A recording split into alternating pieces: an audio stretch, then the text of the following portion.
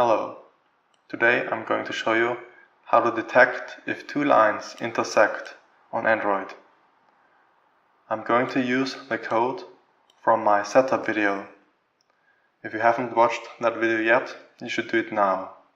I'm going to put a link to it in the description. Let's start by creating a new line class. Change this to class and call it line. A line can be represented by 2 points. A starting point of type point F and an endpoint of type point F. Each of these points consists of an x and a y coordinate of type float. That's why the type is called point F instead of point. Of course, we have to import point F. Now back in custom view, we can create two instances of the line class. Line1 equals line. Here we could pass in new points, but instead what I'm going to do is create a list of all 4 points. That will make things easier later on. So val points equals list of point F 0, 0. That's the starting point of line 1. Then point F 500, 500. That's the endpoint of line 1. Next, the starting point of line 2 can be at 500, 0. And finally, the endpoint of line 2 at 0, 500.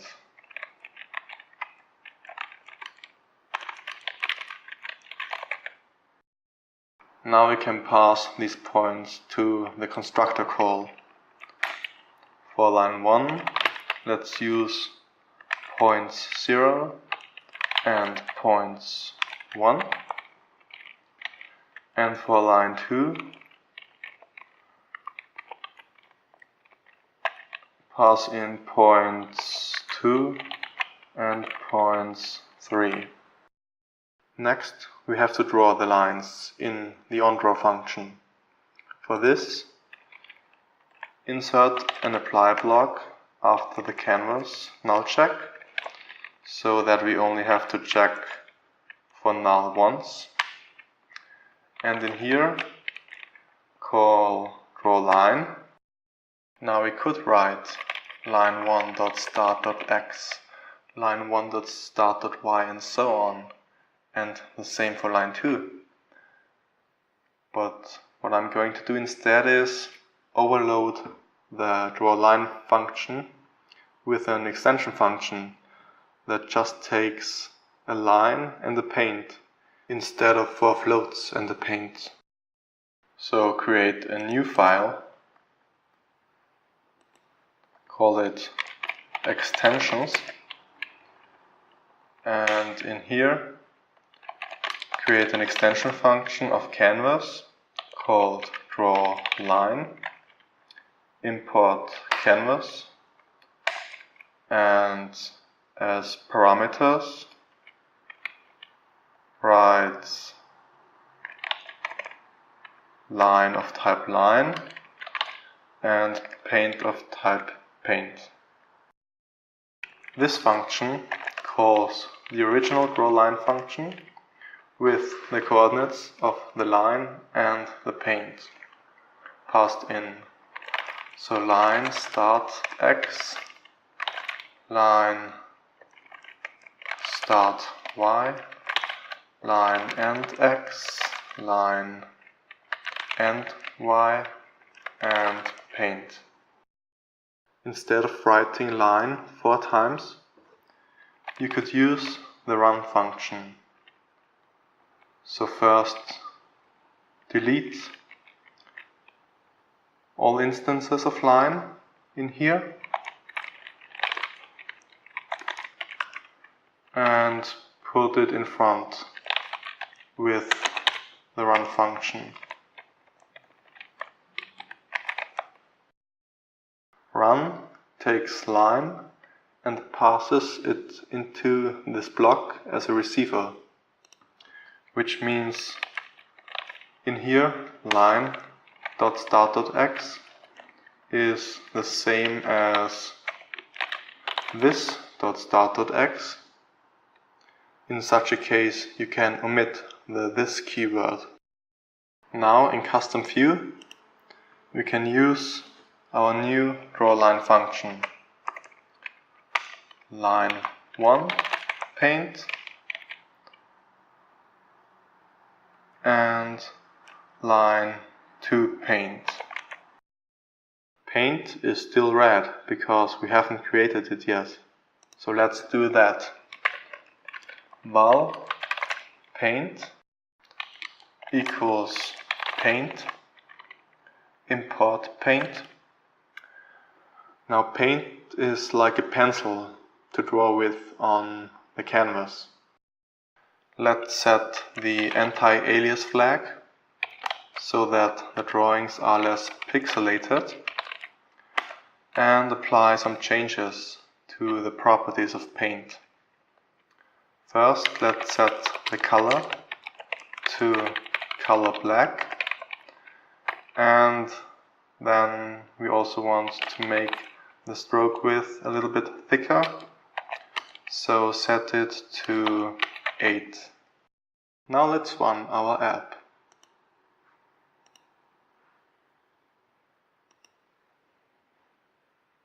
What the f? Excellent. Now the next step is to make them movable. So I want to be able to click on an endpoint and move it around.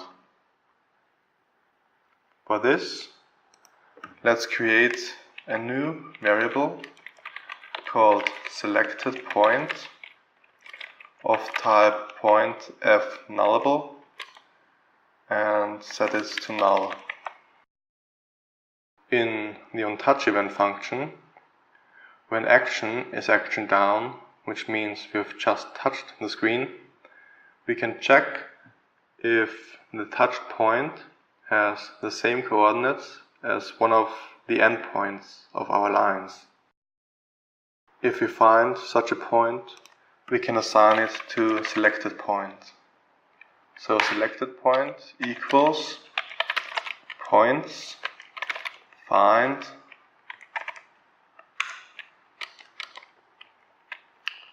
it.x equals x and it.y equals y.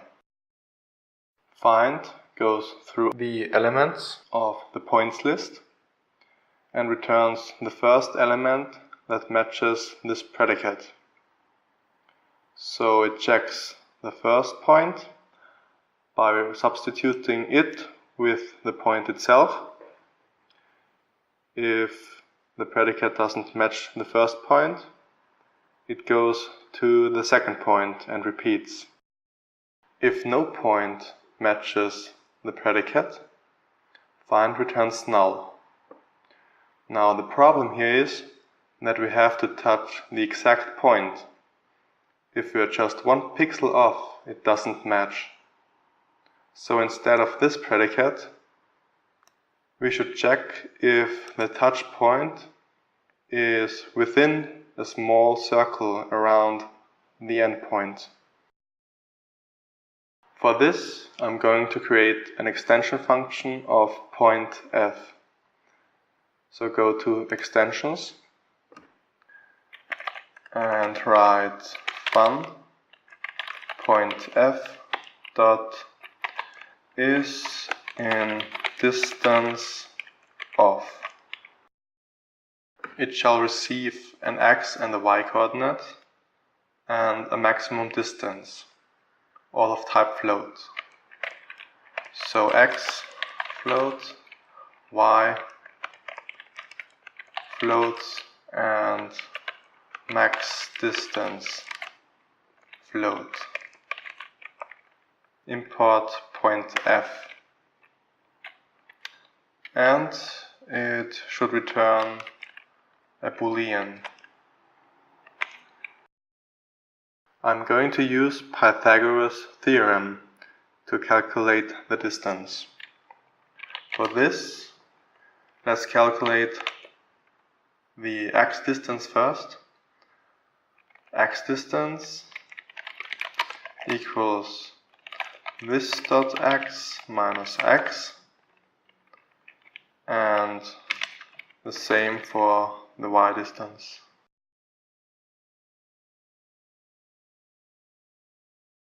This represents the instance of point f.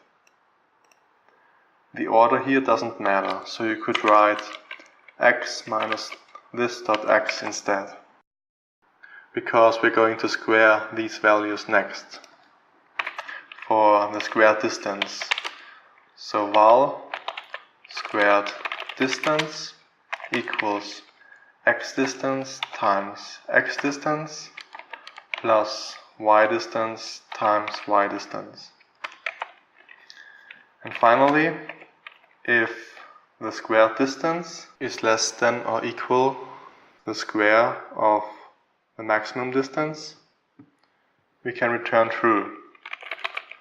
So return square distance is less than or equal max distance times max distance. Back in custom view, we first have to define a maximum distance. For this, I'm going to create a new variable called touch radius and set it to 40. 40 stands for 40 pixels. The problem is that this can be a different real-world distance on screens with different pixel densities. But there's an easy way to take this into account by using the display metrics. So create a new variable called scale and set it to context, resources, display metrics, and density.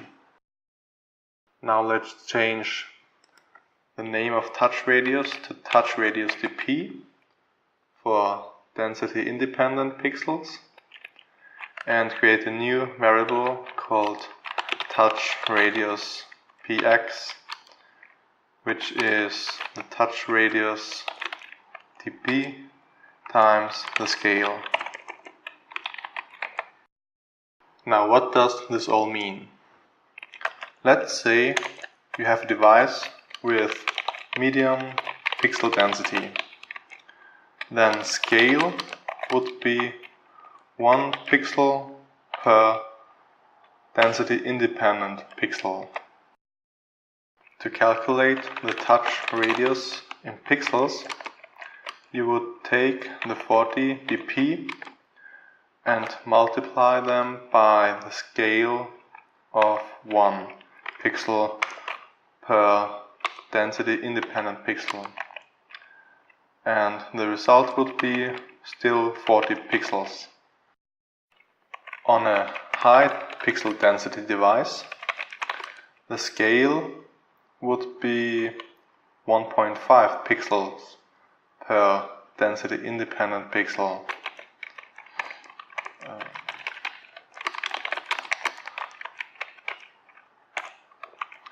And the touch radius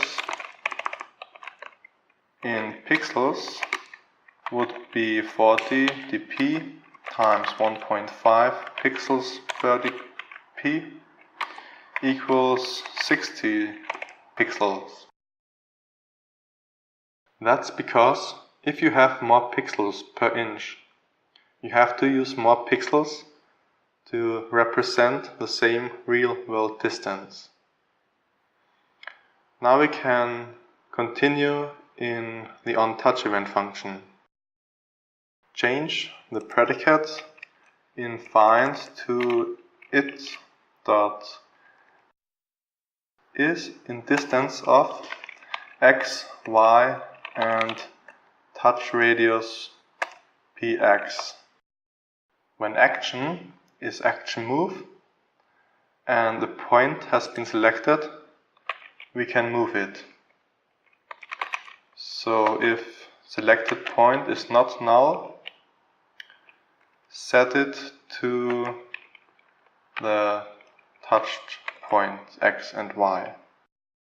And of course, we have to update the screen with invalidate, but only after a point has been moved. So let's put it in a let block with it set like this. Now we should be able to move the endpoints around.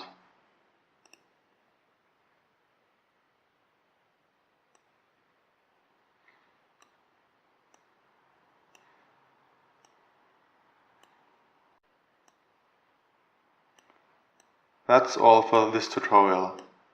See you soon.